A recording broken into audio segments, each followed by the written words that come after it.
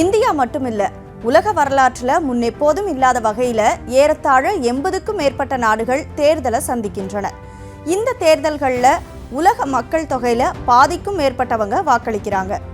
இந்த ஆண்டு ஜனவரியில் தொடங்கி டிசம்பர் வரைக்கும் ஏறத்தாழ 80க்கும் மேற்பட்ட பணக்கார, அதிகமாக அறியப்படக்கூடிய, சர்வாதிகாரம் படைத்த மற்றும் அதிக பலம் கொண்ட அப்படின்னு பல்வேறு நாடுகளில் சிலவற்றில் தேர்தல் நடந்து முடிஞ்சிருச்சு.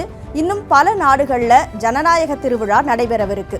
அதில் மாச வாரியா எந்தெந்த நாடுகளுக்கு எப்போ தேர்தல் நடந்தது மற்றும் நடக்க போகுது அப்படிங்கிறத பார்க்கலாம்.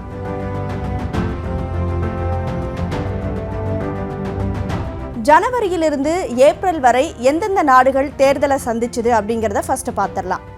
பூட்டானில் நவம்பர் 2023 மற்றும் இந்த வருஷம் ஜனவரியில் தேர்தல் நடந்தது. வங்காளதேசம், தைவான், கோமோரோஸ், தென்கிழக்கு ஆப்பிரிக்க நாடு, அது தீவு நாடான துவலு, ஃபின்லாந்து ஆகிய நாடுகள் ஜனவரியில் எலெக்ஷனை சந்திச்சுது. El Salvador, Azerbaijan, Pakistan, Indonesia, Belarus, Cambodia ஆகிய நாடுகளில் பிப்ரவரி மாதம் தேர்தல் நடத்தப்பட்டுச்சு. மார்ச் மாதம் Iran, Portugal, Russia, Slovakia, Senegal, வடகொரியா ஆகிய நாட்டு மக்கள் தங்களோட வாக்குகளை செலுத்தினாங்க.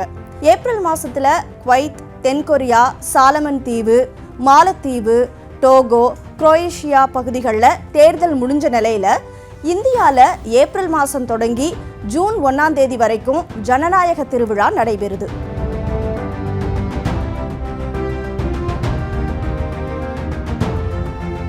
இனி தேர்தல் நடைபெறவுள்ள நாடுகள் எதெல்லாம் அப்படிங்கிறத பார்க்கலாம். பனாமா, டொமினிக்கன் ரிப்பப்ளிக், லித்துவேனியா, மடகாஸ்கரில் மே மாதத்துலையும், தென்னாப்பிரிக்காவில் மே மற்றும் ஆகஸ்ட் மாதத்துலையும் எலெக்ஷன் நடத்தப்படும்னு தெரியுது.